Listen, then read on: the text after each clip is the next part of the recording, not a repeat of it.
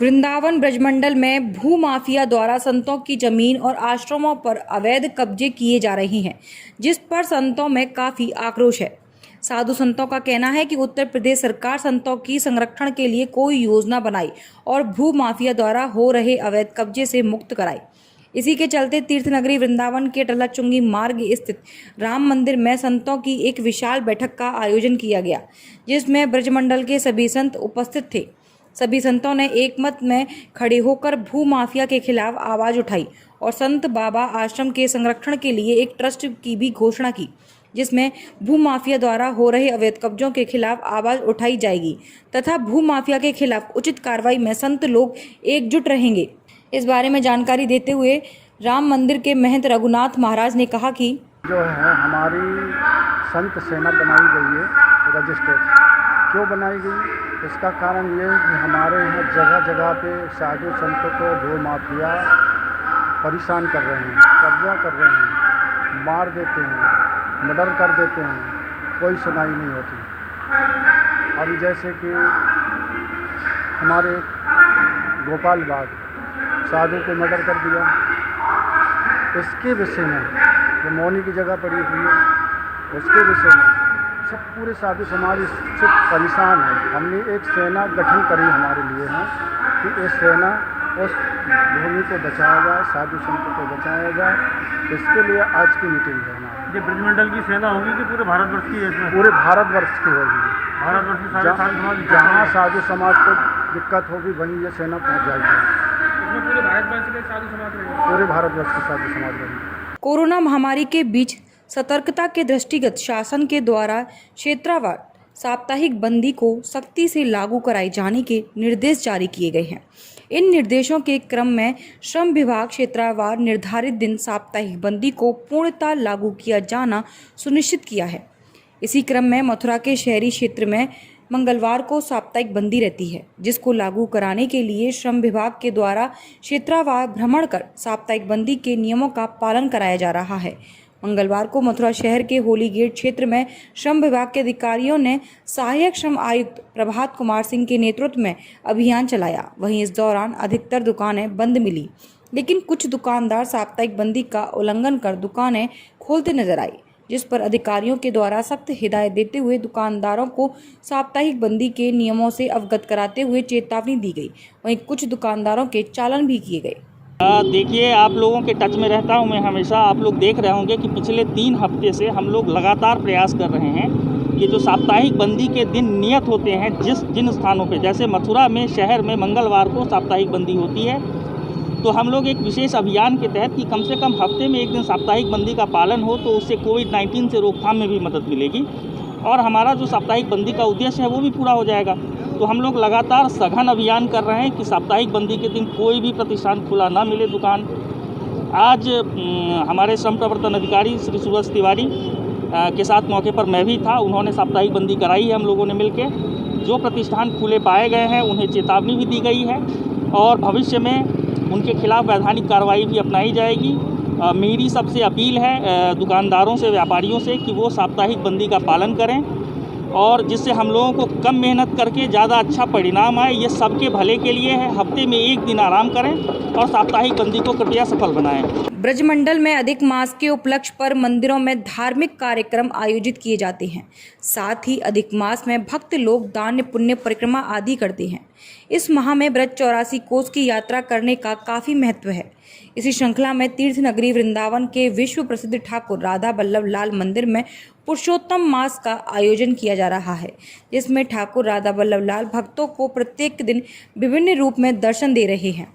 इसी के चलते अधिक मास के एकादशी पर ठाकुर राधा बल्लभ मंदिर में नौका विहार यात्रा महोत्सव मनाया गया, जिसमें ठाकुर राधा बल्लभ लाल को नौका में विराजित किया। नौका में विराजित ठाकुर राधा बल्लभ लाल भक्तों को दर्शन दे रहे थे। इस बारे में जानकारी देते हुए मंदिर के सेवायत मोहित गोस्वामी ने बताया कि आज राधा वल्लभ लाल को नौका विहार कराया जा रहा है अधिक मास में। वैसे निर्जला एकादशी वाले दिन राधा वल्लभ लाल इसमें बैठते हैं नौका में, लेकिन आज एकादशी है, उस हिसाब से भी और प्रिय भक्तों का, उनकी सखियों का लाड़ आज अपने प्रियालाल को नौका विहार करा रही हैं सखियाँ। क्या विशेषता है आज नौका विहार कराने की? मतलब नौका विहार तो ये गर्मी में रहता है वैसे तो, लेकिन ये पुरुषोत्तम मास में साल भर के सारे उत्सव होते हैं, इसलिए ये आज भी नौका विहार कराई जा रही है।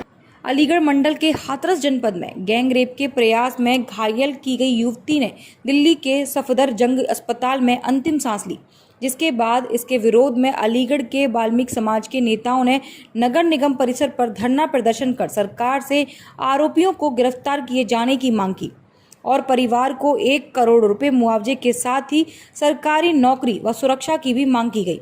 उसके बाद अलीगढ़ के सफाई कर्मचारी संघ के पदाधिकारियों ने कल अलीगढ़ में कोई भी सफाई का काम न करने का फरमान जारी कर दिया गया, जिसको लेकर अलीगढ़ जनपद के पूरे सफाई कर्मी कल हड़ताल पर रहेंगे और उनकी मांग है कि विशेष न्यायालय की व्यवस्था करते हुए 2 महीने में ही आरोपियों को दंडित करने का प्रावधान किया जाए। आज के दिन बड़ा शर्मनाक दिन है भारत के लिए। भारत की एक बेटी का जिभ्या काट दी जाती है, दरिंदे उसकी नृशंस हत्या कर देते हैं, रीढ़ की हड्डी तोड़ देते हैं, गर्दन की हड्डी तोड़ देते हैं। ये सारी हैवानियत की हद पार कर दिया। आज हमारी बेटी ने आखिरी सांस दिल्ली के सफदरजंग अस्पताल में ली। आज देश शर्मसार है। आज शर्मनाक शर्म, आज का देश काला, आज का दिन काला दिवस के रूप में मनाना चाहिए। जो भी सुन रहा है वही दुखी है। बहुत ही दुर्भाग्य है इस देश का कि आज भी दलित समाज की ही बेटी नहीं, हर समाज की बहन बेटियों के साथ दरिंदगी का नंगा तांडव होता है।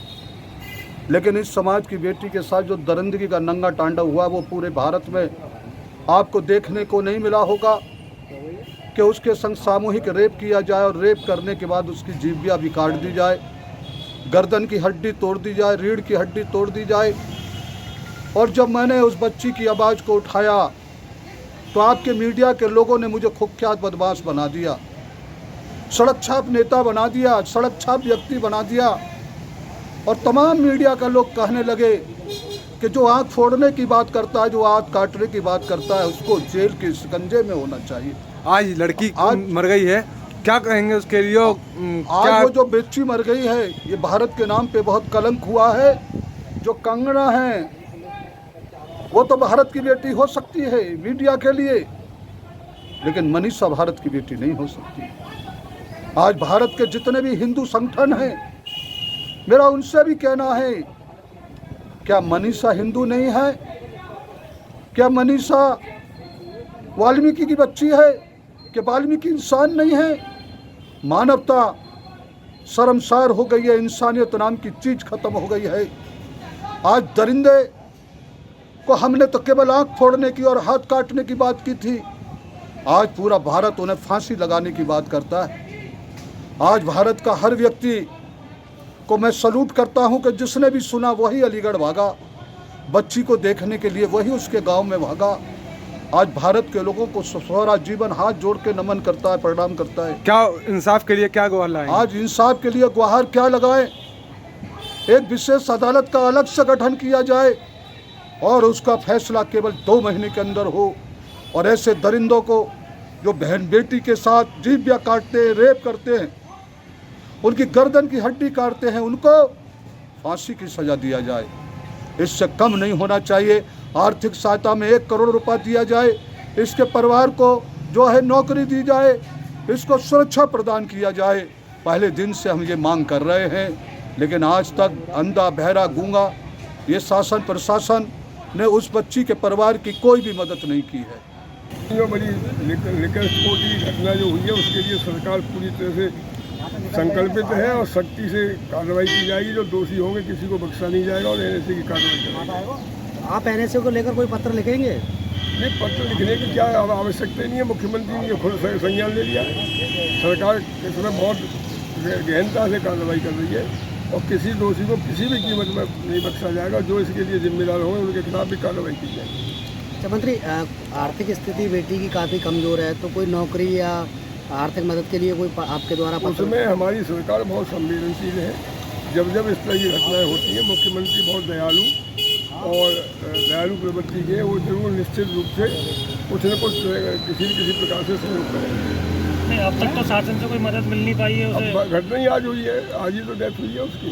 नहीं, अब तक हॉस्पिटल में एडमिट थी, तब तक कोई बीजेपी का कार्यकर्ता या कोई विधायक नहीं पहुंचा उसे देखने। नहीं, ये किसी को पता अब बाद में लगा है ना, अब बाद में लगा है किसी को, हम लोगों को। नहीं, इतनी बड़ी घटना हो जाती है तो आप मतलब कहीं ना कहीं सत्ता में हैं, तो इतनी बड़ी घटना का पता नहीं चल पाया आप लोगों को। नहीं, दूसरे जिले की बात थी, हम लोगों को जब यहाँ पता लगा, जब तक उसको रेफर कर दिया गया। 8 दिन मेडिकल में एडमिट रही थी वो। ये हमको जानकारी इसीलिए नहीं मिली कि दूसरे जिले की बात थी। जब हमने अखबारों में पढ़ा चंद्रशेखर या फलां नेता, ये निका नेता जो बीएसपी के हैं, केवल हवाबाजी करने के लिए आना था उनको अपना दिखाने के लिए, जब ये चर्चा हुई तब हम लोगों को पता लगा।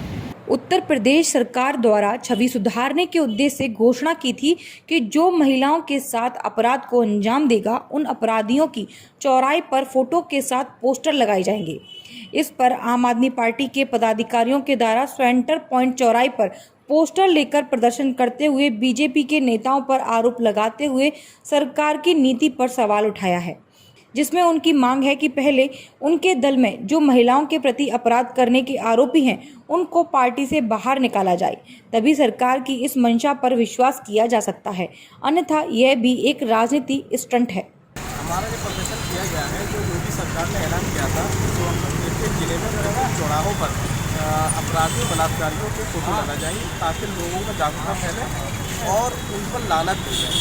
हम आपके चैनल के माध्यम से सरकार को ये कहना चाहते हैं कि ये सफाई अभियान वो पहले अपने घर से करें। जो भी आपके कैबिनेट में जो भी आपकी पार्टी के नेता अपराधी हैं, वो बलात्कारी हैं, उनको आप जेल ले जाकर एक पॉजिटिव मैसेज भेजें ताकि लोगों को ये लगे कि आप उनके खिलाफ में खड़े हैं। अगर आप ऐसा नहीं करते तो हम लोगों को और हमारी जनता को ये लगेगा कि आप उसके हमेशा समर्थन में खड़े हैं। जी, हमने प्रदर्शन आज किया है कि योगी सरकार ने ऐलान किया है कि जो बलात्कारी दुराचारियाँ हैं उनका पोस्टर प्रत्येक जिले के चौराहे पर लटकाया जाएगा, जिससे कि अपराध कम हो सके। लेकिन ऐसा करने से भी कुछ नहीं होगा जब तक योगी जी अपनी पार्टी में जो उनकी पार्टी में दुराचारियाँ हैं उनको पार्टी से निकालें। और सहारनपुर में भारतीय किसान संघ की एक बैठक का आयोजन कलेक्ट्रेट सहारनपुर में किया गया, जिसकी अध्यक्षता जिला अध्यक्ष राहुल त्यागी ने की। इस बैठक में किसानों की समस्याओं को लेकर विचार विमर्श किए गए, जिसमें जिले में धान क्रय केंद्र तुरंत खोले जाएं, जिससे किसान अपने धान को लूटने से बचा सके और भुगतान समर्थन मूल्य प्राप्त कर सके। प्रांतीय अध्यक्ष ठाकुर हरवीर सिंह ने कहा कि प्रदेश सरकार दया शुगर मिल गागा लेहड़ी की तर्ज पर पूरे प्रदेश के किसानों को बकाया मूल्य पर 15% ब्याज दिलवाना निश्चित करे, अन्यथा भारतीय किसान संघ आंदोलन करने पर मजबूर होगा। विद्युत विभाग द्वारा फूके हुए ट्रांसफार्मर की मरम्मत ठीक से नहीं कर रहे हैं, जिसके कारण ट्रांसफार्मर 24 घंटे भी नहीं चल पा रहे, जिससे किसानों को दिक्कत का सामना करना पड़ रहा है। आज भारतीय किसान संघ के लोग माननीय मुख्यमंत्री जी ज्ञापित एक ज्ञापन जिलाधिकारी सहारनपुर महोदय को देने के लिए यहाँ पर आए हुए हैं। उसी संबंध में हम इकट्ठा हुए हैं। हमारा 4 सूत्रीय मांग पत्र माननीय मुख्यमंत्री जी को ज्ञापित है। नंबर 1, जिले में अभी तक धान क्रय केंद्र नहीं खुले हैं, जिसकी वजह से किसान को अपने धान औने पौने दामों पर लुटाना पड़ रहा है। हम सरकार से मांग करते हैं कि तत्काल क्रय केंद्र खोले जाएं, जिससे से कम किसान को न्यूनतम समर्थन मूल्य उपज का अपनी मिल सके। नंबर 2, दया शुगर मिल ने अभी 2017-18 में खरीदे गए गन्ने के बकाया भुगतान पर 3 करोड़ 32 लाख रुपए ब्याज के रूप में भुगतान किया है। हम माननीय मुख्यमंत्री जी से निवेदन करते हैं और मांग करते हैं कि पूरे प्रदेश में यह व्यवस्था लागू हो, सभी चीनी मिलें बकाया पर ब्याज सहित भुगतान करें। यह सर्वोच्च न्यायालय का भी आदेश है। आप कहां पर आए थे? अगर आपकी मांगे पूरी ना हो तो क्या करें? हम डीएम साहब को ज्ञापन देने के लिए कलेक्ट्रेट पाए थे। यदि हमारी मांगे पूरी नहीं होंगी तो हम धरना भी करेंगे, प्रदर्शन भी करेंगे और उग्र आंदोलन करने पर भारतीय किसान संघ मजबूर होगा। आपकी कुंडली में छिपा है जीवन का हर राज, पाएं अपनी सभी समस्याओं का समाधान ज्योतिष भूषण आचार्य पंडित अश्विनी कृष्ण जी से। जानिए अपने जीवन का रहस्य, कैसे चमकेंगे आपकी किस्मत के सितारे, कैसे होंगे आपके वारे न्यारे।